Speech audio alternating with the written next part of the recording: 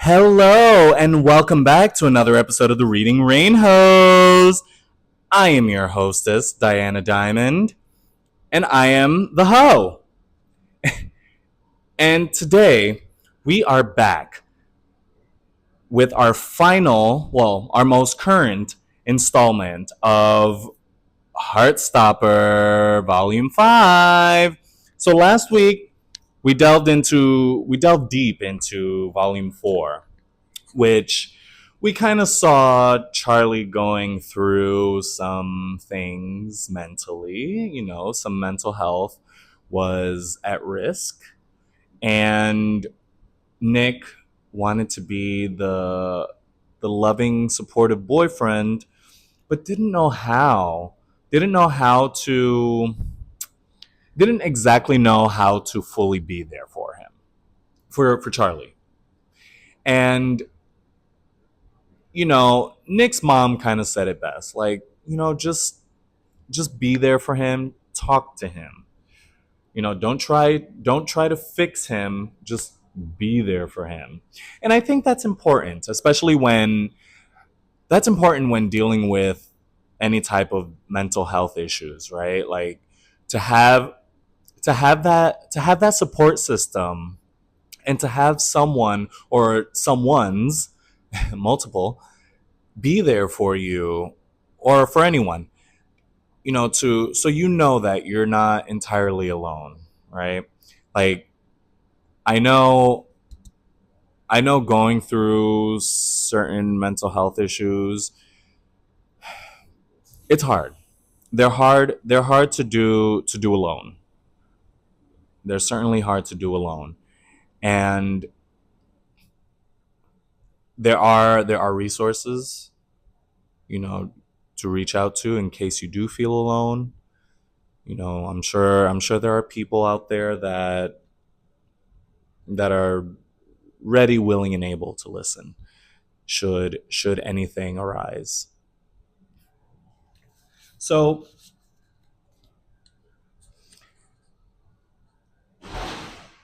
Charlie's mental health kind of took a dive, kind of took a dive, and and from the beginning we were able to see it. We were really able to see it from the beginning, and it was hard because I mean, I don't know about everyone else reading. I didn't quite catch it right away. Like, I didn't catch the like, oh, Charlie's not eating. Something's up, right? And then it was like, I think it was like volume 3 when I finally understood, oh, yeah. we're struggling. We are struggling. And so that that was where we left off. And now, with all of that, we also saw things like Charlie not wanting to take his shirt off at, for certain scenarios. For instance, when the boys were in Paris and they started getting a little physical, and yeah, like, we did not want to take our shirt off. Which, look, I've been there. I've been that person. I've been that kid. Like, I've been that kid where people are wondering, why aren't you taking your shirt off, like at the beach or the pool, or any number of questions that will arise. So, for instance, for me, I grew up a skinny kid, and it was always like, there were always times where, like, people didn't see me in tank tops, and they were asking why I never wore tank tops. That's such a stupid ass question. And honestly, like, also, just mind your business. Like, who cares what other people are wearing? Like, that's why when it happened when I was a kid, like, I grew up hearing the, like, you're so skinny, this and that. So naturally I would have an aversion to wearing tank tops, right? I mean, I it just makes sense to me, right? Like, does that make sense? And so, if I were in Charlie's shoes and I knew that I was struggling with specific mental health issues, specifically like eating disorders, Mama, this shirt is not the shirt. Nothing is coming off. Like, like let's make that very clear. But we learn, we grow, right? I think it took me getting into fitness. It took that for me to get comfortable, or to be comfortable with myself, to then wear a like a tank top or just show off my arms or something. That's hard. It's very hard. And you know we'll get to this later, but you know there were moments in life where some things were forced. So, for instance, and actually, this is just going to be like a little PSA, a little announcement to parents. I'm not a parent, and I don't think I will be, but you never know. But as of now, I'm not a parent. But this little piece of advice can only come from someone who's experienced it. So, listen carefully. If your child makes it clear that they're uncomfortable wearing a specific article of clothing, listen to them. Do not force them to wear whatever it is that you want them to wear. One, that is very shitty on your part, because now you're forcing your child to do something that they really really don't want to do. They are super uncomfortable. They're probably crying, and if they do start crying, take that as a sign, because sometimes people are just that tone deaf and they won't fucking get it. Okay? If your child is uncomfortable wearing something, listen to them and respect them. I digress. Excuse me. We had a moment of passion. So the boys start getting physical, and their relationships are starting to get very close. But they're also nearing their 11th and 12th year. So Charlie 11, Nick 12, which means Nick is going to start searching for universities to attend. Now, that is always a tough time. Like, I remember when I was looking for colleges, and I'm like, there's just so many options. We ended up staying in the city, of course, but we'll also get to that. And so now, with Charlie entering his 12th year, Mr. Farouk, whom we met in the trip to Paris, whom also revealed that he is a gay man, he approached Charlie with an application, and said application is for Charlie to apply to be head boy.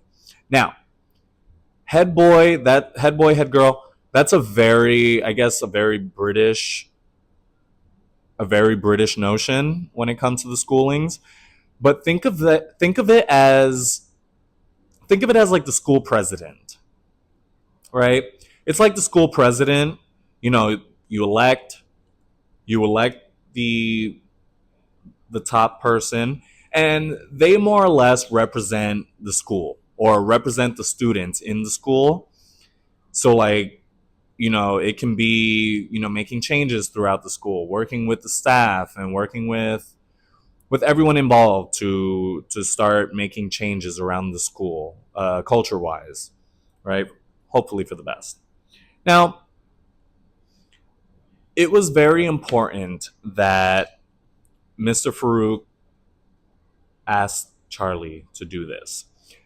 Charlie, as we know, Charlie was going through a very rough year, and he I feel like this was something that definitely would have helped him. But it's also something that it wasn't just for Charlie. I believe that Mr. Farouk's intentions were fully to to have Charlie as the head boy. Charlie did deserve it. Charlie does deserve it. But I also think that it's so the other students, the other the other students of the LGBTQIA plus community can also feel comfortable with themselves. So they too can come out the way Charlie did, although Charlie's was more of an accident, but he is out. And it is important for students to see others with similar backgrounds. So for instance, there was only one other gay kid that we knew of in my school. And I don't know. I feel like if there were an actual group, like a full-on clique, I don't know. I feel like I would have maybe been down to like join that and then, you know, come out a little sooner. But what's done is done. We cannot dwell on the past because it's already happened. But it is important for children in such marginalized groups to ascend or to be elected to a high up position for a school, right? Like I think head boy, even though he was nominated by a teacher, I have a feeling that Charlie's going to have a very good chance of winning. I don't know. But let's stick around. This is only volume 5. We know there's a volume 6 on the way, but she's not quite there yet. She's not available. So now, although Charlie has all these great things going for himself, his mental health is doing better. He's doing better mentally, emotionally, and feeling better. His mom, his Charlie's mom is still having trouble with, I don't know if it's letting go, like understanding that she has a gay child, and maybe she's just really afraid for him and wants to just protect him, which is fine. However, mom, dads, we can't be so overbearing with the children. Charlie was nearly 16 years old, and mom was acting like he was out in these streets, selling fucking crack. like like Nick only lives 10 minutes away, mom. Like, let Charlie have fun. Now, she's also very concerned about the boys having sex.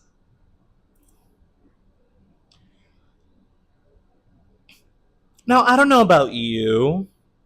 I don't know. I think if I were a parent of a gay child, I'd feel, I don't know. Just be safe. That's it. Like honestly, like I feel like parents slash elders, guardians, they put such emphasis or such protect protection on concepts like virginity. Oh my gosh, you're too young to have sex. Let me tell you something. Let me tell you a little something. It's not right, it's not okay, it's also not legal. But we all know that back in the day, and we know how far back, like being 25 was considered like you're done. You're done. Life is over. You are a senior citizen. 25. So people would marry young and have kids young. Now, I'm not saying that was in any way helpful because I would say there was an entire generation that came up screwed up, but that's just my own personal observations. Don't take any of that for fact because I am not a statistician. I do not do statistics. We failed that class many times. And so Charlie's mom's main concern is that the boys are gonna like suck and fuck, which again, like it's not that big a deal. Like I get it if maybe you're just so afraid for your child because and I know I mentioned this in previous videos, but like for me when I was like single digits. When I was in single digit age, I looked up gay in the dictionary. I also looked up AIDS. And they were the two were basically synonymous. Like that was wild to me that that was how we were speaking back then. Like the fact that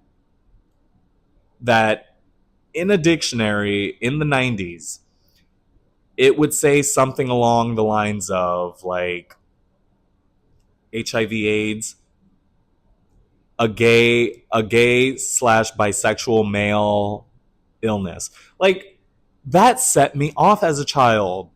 So I understand the mother. I understand Mrs. Spring being a little concerned for her child, but I don't think that was on her mind. I think it was just she doesn't want her son to get off.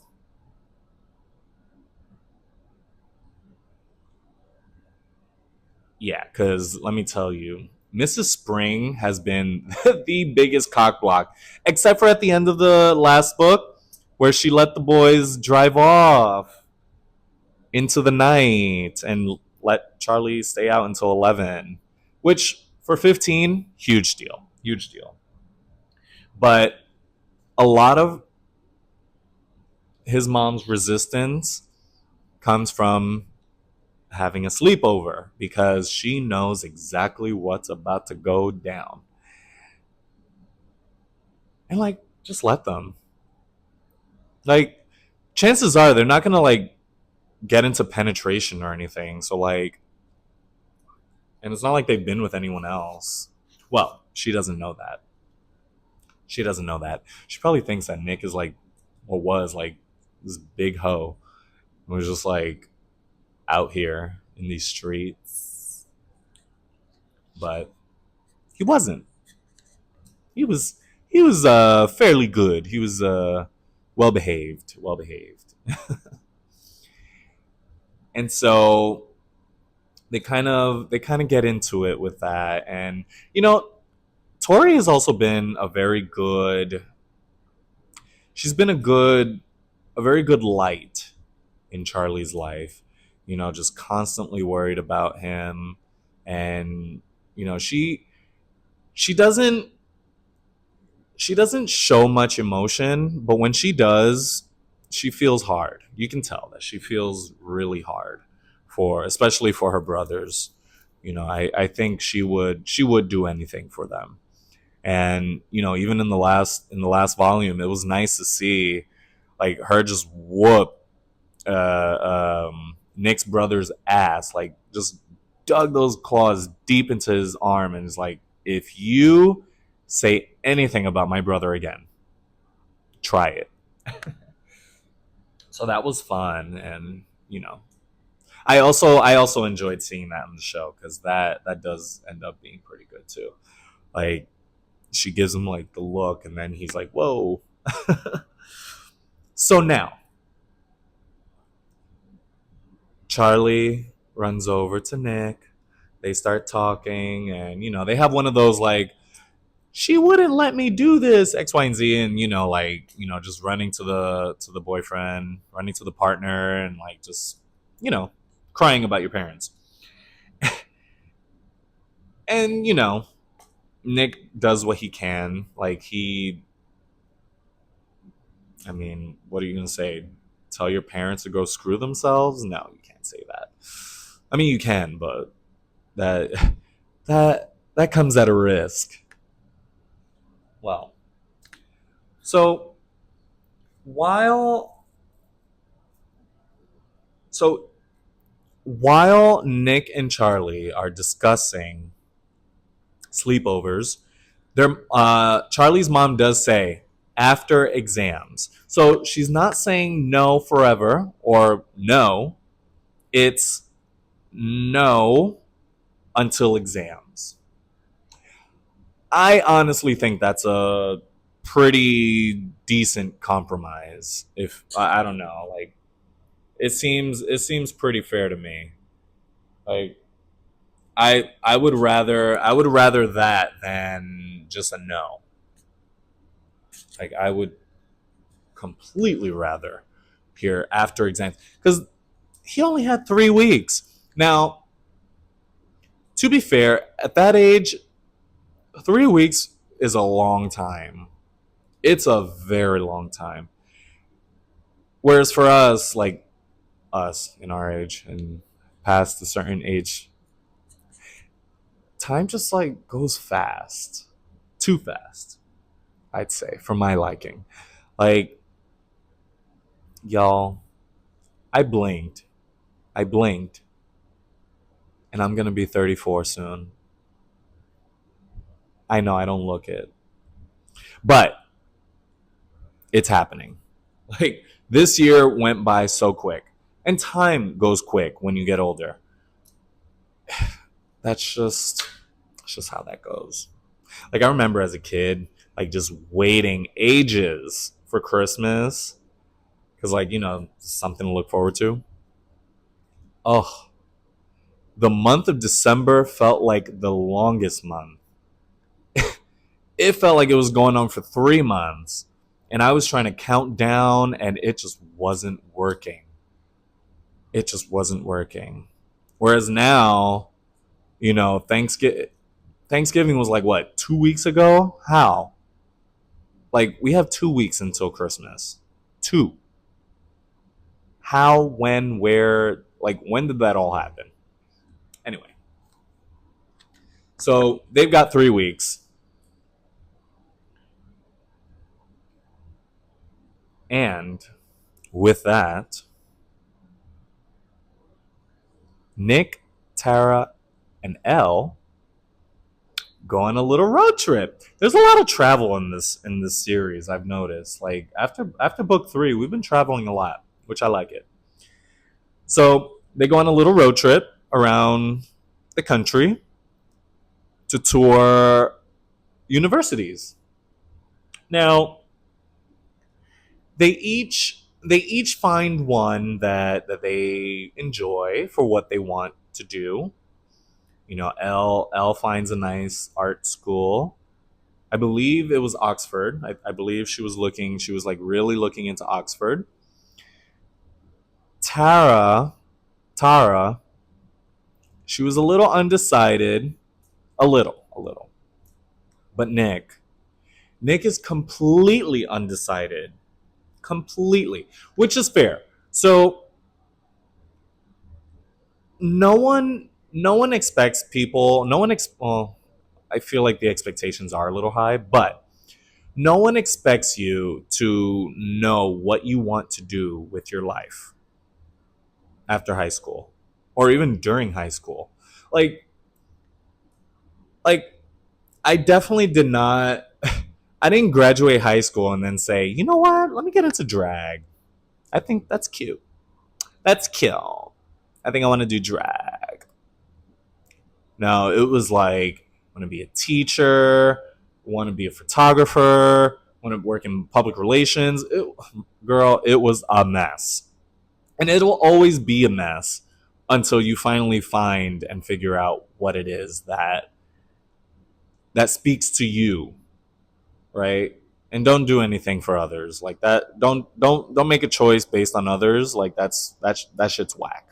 Like you should, like, if you're gonna go to school for something you want to do, not because someone else, a parent, somebody says, "Oh, you should do this," or "This is probably better," because they're not gonna always be there. One, and also, they are not living your life. So figure it out on your own. Take your time. Take your time figuring it out. It is not a race. There is no rush. You know, people end up going to school for one thing and then like 10 years later end up changing careers. Not always, but it does happen. And so Nick is kind of falling into that area of I'm not being sure what exactly he wants to do with his life. So he was looking at Leeds University, where they have a fairly good rugby program. Now, as we know, Nick likes rugby and he's the captain of the rugby team. So, college sports. Right there, he already has an in. Now, throughout throughout his time or their time, Nick L and Tara, while they're away on their road trip, Nick Nick is starting to find himself a little lost. What do I mean by that?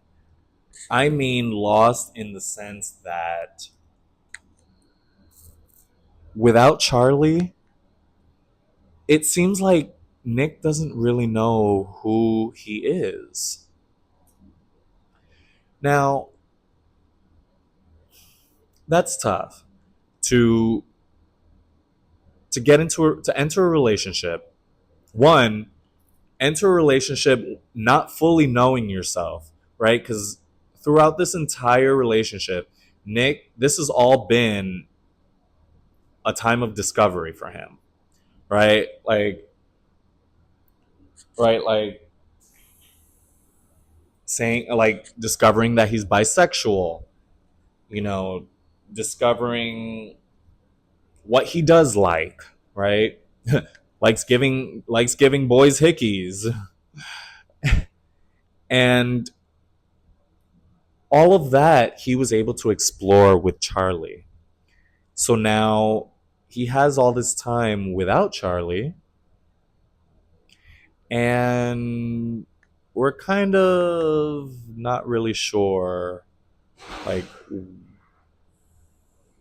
where he stands as far as life, right?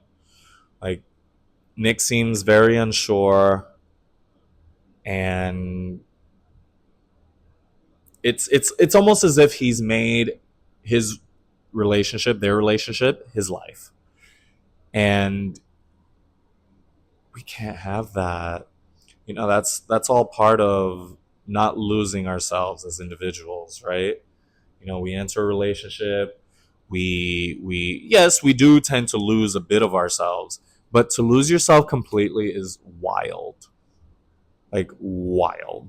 Don't do that. Try not to do that. I know it's easier said than done. It's so easy to get lost in a relationship.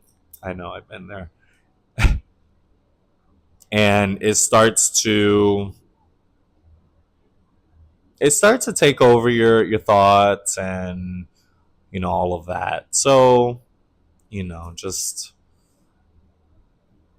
it's always good to have an awareness on that, and then just you know work past it. So,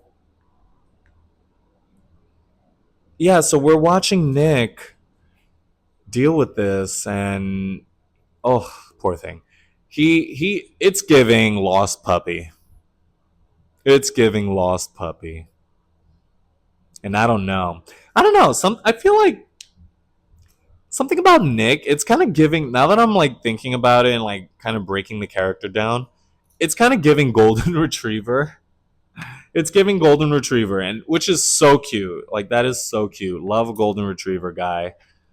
Love I love that. I love a golden retriever. And yeah. And so,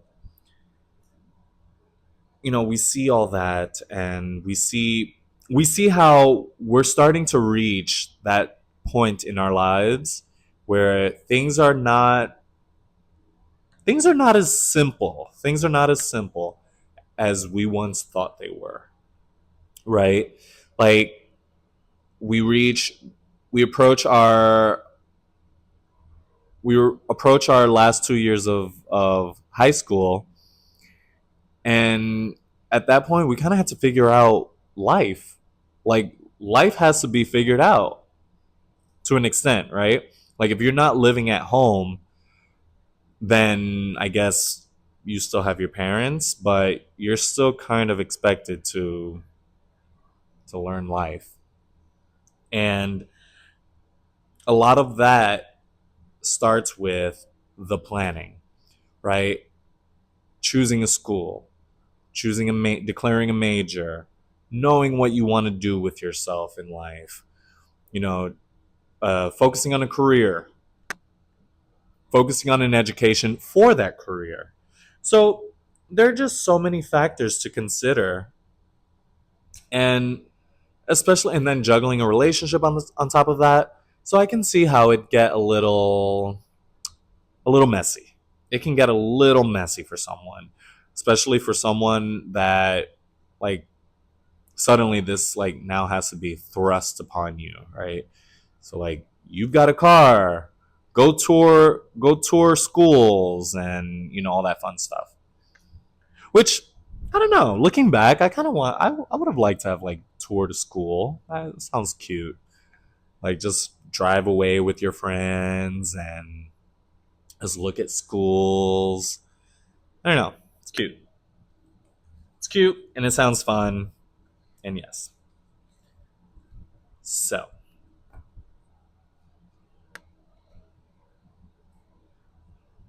they come back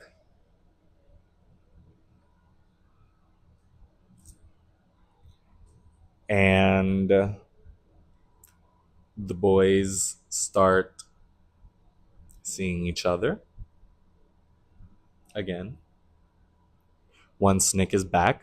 They do talk about his time away, and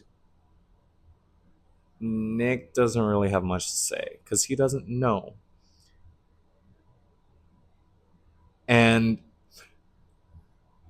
what I found completely bizarre. Oh, because we've seen this happen. Like people choosing a school because of their partner. Girl, no. No. Do not choose a school because your partner is going there. You choose the school that is best for you. It may be best for the partner, but that does not mean that it is a good fit for you. And yes, you want to be together. You want to experience all this. Oh, together forever. Girl, no. You still have your life to think about. And still very young to be hyper focused on a high school relationship. Like, mama, you got to focus on you. You got to do you. Focus on your education. Focus on your life. Because Tara and Elle, they do mention this to Nick about not not selecting, not staying local because you don't know what Charlie wants to do when it's time for him to look at universities. So what? They're just going to both hold each other back? No. So I am glad that I am glad that Nick had those two there to kind of like talk him out of not exploring his other options, right? Because he was set. Nick was nearly set on that local school, and Charlie didn't say he was gonna do that. So like, if you stay here, what about Charlie? Like, what if he decides that he wants to go to school in like Scotland or something? You know, like you might have to do the long distance thing. Just saying. Just saying. So anyway, going back to Charlie and Nick meeting up again in private. Yes. So Charlie is a little more comfortable. Is a little more comfortable removing his shirt in front of Nick or in general, in front of others. And Nick is very surprised, but pleasantly surprised. Pleasantly. As are we, because we know that this was something Charlie was struggling with. You know, didn't want to go into the water with his shirt off. So the fact that he did it in a private setting, it's a great step. It's a great first step. Now, I want to talk about going back to what we discussed earlier in the video about removing clothing when we're not comfortable, especially as children. So I want to share a little anecdote, a little story, if you'd allow me, if you'd allow me. But before I get to that story, I want to give a little shout out to Boxer's Hell's Kitchen. Boxer's Hell's Kitchen has been providing this lovely space for the last, well, since our show premiered. And so I want to thank them, Boxers HK, for letting us use your space. We are currently in the downstairs bar. So if you're watching this, just know that we are here every week, every Tuesday, starting at 5. We start filming at 5. And of course, we are not saying no to a live audience. So if you want to join at any time from 5 to 6, by all means, please stop on by, say hi. I'd love to see you. Anyway, back to this. Boxers, thank you. And today we have Jason behind the bar, and he made me this lovely margarita. Let's see. Ooh, bitch. Tasty. Should make my mouth water. Get some more. Mm. Mm. Oh, my goodness. That is nice. And look, gave it to me in a nice boxer's glass. Usually you get the frozen margaritas in this. Anyway, story time. Okay. Many years ago. Jeez. Many years ago. Actually, yes, I was in my single digits, and my my family we went on a little road trip. Oh, speaking of road trips, we went on a road trip to Florida. So we drove from here, New York, down to Orlando. So like we did all that, like Universal, Disney, what's the other one? MGM, all those fun theme parks. Well, we were going to, I believe it was either MGM or Universal, and someone in my family thought it would be cute to make me wear a tank top. Now, it was in this exact moment in time where I was essentially being bullied by my families. I say families, but it's really just one. But we'll still say families. Being bullied because of my weight. So no, I wasn't overweight. If anything, I was a skinny little thing. And growing up Latin, that's usually not viewed as healthy. So like some of you would hear like so in Spanish, they'll say, well, Dominicans, they'll say something like, "Oh, te ves muy fuerte." Like you look really strong. Girl, not them saying that. Essentially they're saying you're fat. Not fat, but like big. Like you're big. Like if they say you look strong and they do this, they're saying you're big. So like if you're not jacked or you don't go to the gym or whatever and you've got some body fat on you and they say that, that's the translation. Usually. Well, so they were getting at me for being thin, naturally thin. Like I just fast metabolism, like it's not that I'm not eating or wasn't eating. Like my mom used to complain about the amount that I'd eat and the fact that she'd have to buy more food for me. And so on that trip, they pull out the tank top and they tell me to wear it. They tell me to wear it. They don't ask, they tell me to wear it. And that was one of those moments where I said no and my boundaries were not respected. My boundaries were not respected, and they proceeded to have me wear the tank top out in public. And I started crying. I was like 9 years old. So I started crying because, like, what the fuck? Like, one, you're telling me what to wear. And two, you know that I'm uncomfortable because all of you keep saying how skinny I am as if it's a problem. And now, like, like impregnating me with insecurity. So, like, so if you're watching, family, and you do recount and you can recount this story,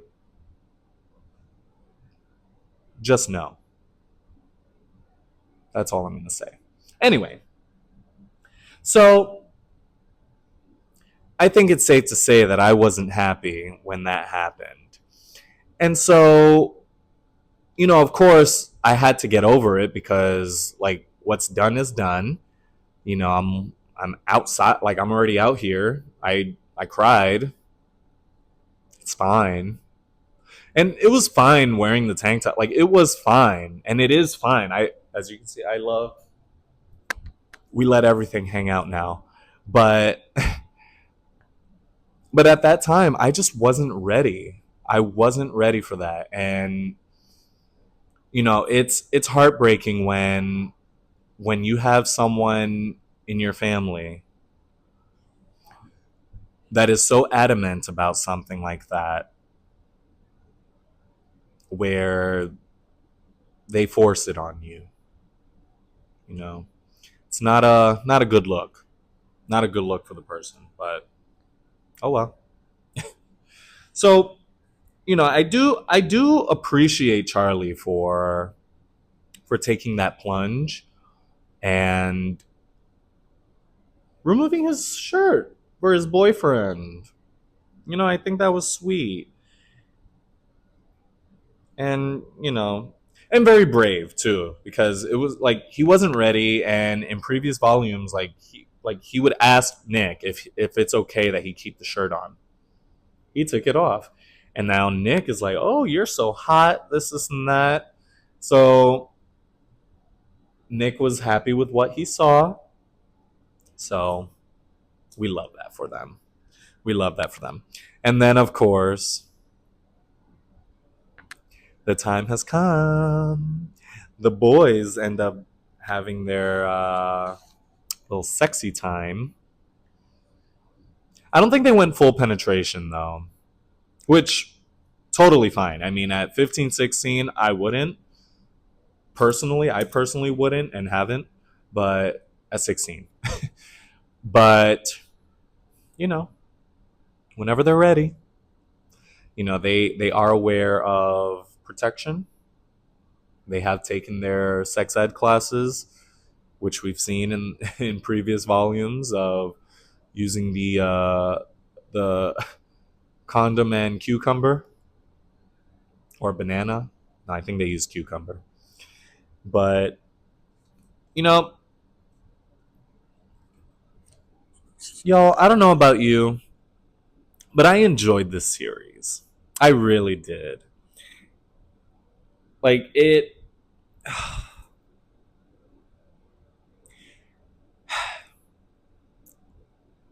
I would say that it's kind of reawakened my love for love.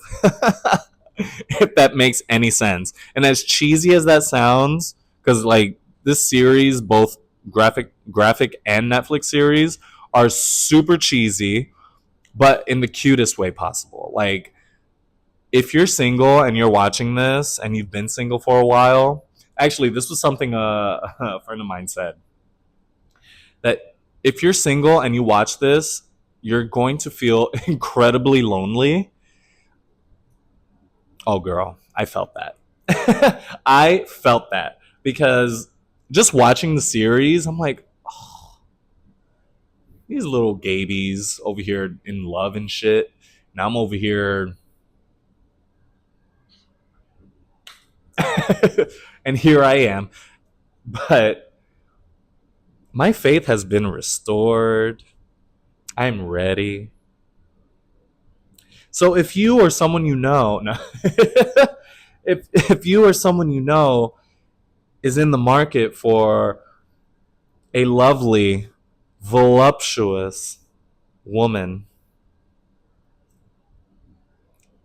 I'm here. No, I'm not. Or maybe I am. But yes, I'm very excited to continue this with volume 6 whenever that is released. We do not know when. There has been no information, no statements have been released based on when volume 6 will be released. So, until then, we are going to move forward with our reading rain hose. So, come back next week or watch on YouTube the next day. We are here every Tuesday at 5 p.m. at Boxer's Hell's Kitchen in the downstairs bar. My name is Diana Diamond. You can follow me on Instagram at Diana Diamond NYC. And by all means, do like, subscribe, notification bell, comment, all of that stuff. And thank you for joining me here at the Reading Rain Hose. Bye bye.